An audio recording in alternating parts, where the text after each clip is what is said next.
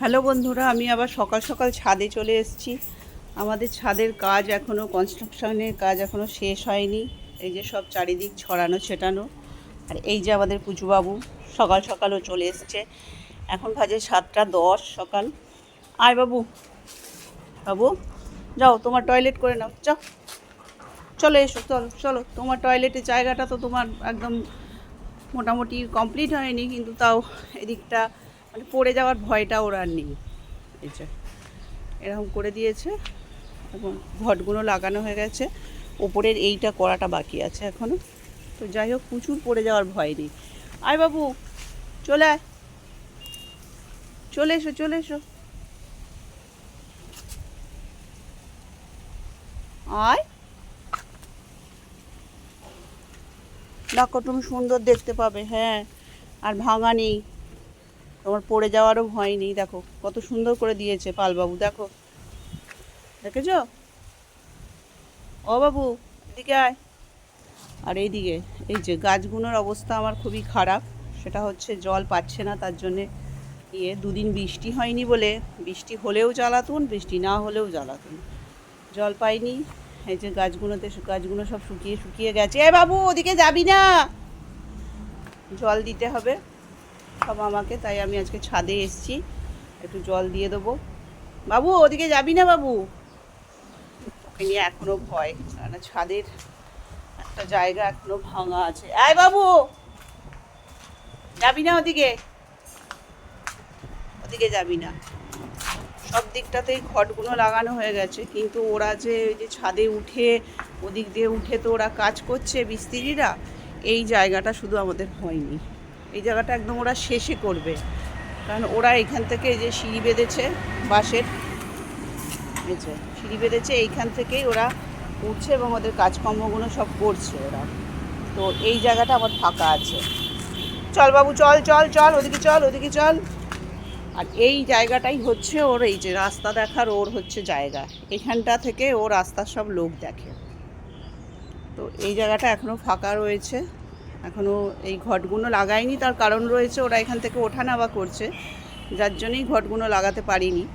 এটা একদম সব শেষে করবে। আর এছাড়া এই দিকটা সবটা হয়ে গেছে, একদম ওই কোণা পর্যন্ত ঘট লাগানো হয়ে গেছে। আর বাকি এখানের এই যে এই ইয়েটা উপরের এই যে এখানটার যে ইয়েটা দেবে, সেটা বাকি আছে।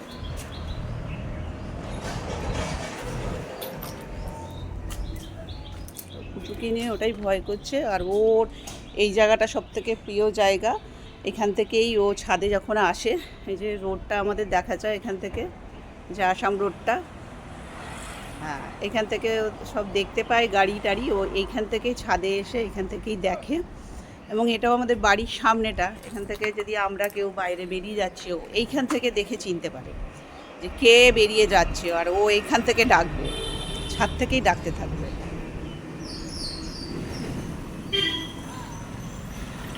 ব্যাপার আমার গাছগুলো বৃষ্টিতে, মানে বৃষ্টি হয়নি, জল পাইনি, এদের জল দিতে হবে।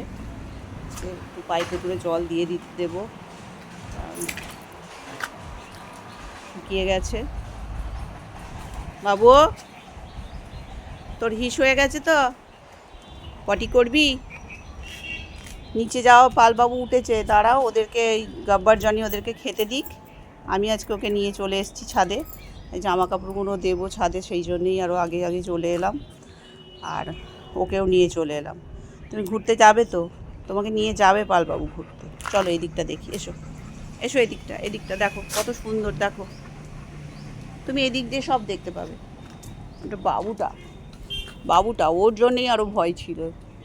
ছাদের অনেকটা পোর্শনই ভেঙে গেছিলো, কিন্তু ও যেহেতু ছাদটায় সবসময়, মানে ওপরটা আমার খোলাই থাকে আর ওপরে ও ছাড়া থাকে, ওর যখন ইচ্ছে হয় এসে টয়লেট পটি করে যায় এবং ঘুরেও যায়।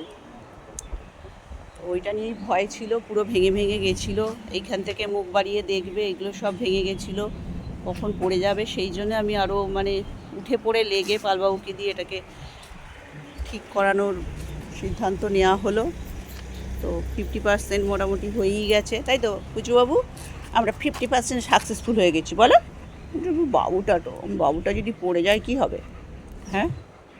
তো বাবু, ওটা তো সোনাবাবু। কী হয়েছে, চুল করছিস কেন? গায়ে পোকা হয়েছে, জানি তো এই বর্ষাকালে টিক্সের এত প্রবলেম, ওষুধ দিয়েও কিচ্ছু করা যায় না, কিছু করা যায় না। তাও কোথা থেকে যে টিক্স আসবে। চলো দেখি, চল দেখ দেখ দেখ পালবাবুর হয়ে গেছে, ওদের খেতে দেওয়া হয়ে গেছে মনে হয়। চলো আমরা দেখি। তুমি ঘুরতে যাবে তো? ওরে বাবা রে, ঘুরতে যাওয়ার কথা শুনলে সে আর এখানে থাকবে না, সে চলে গেছে।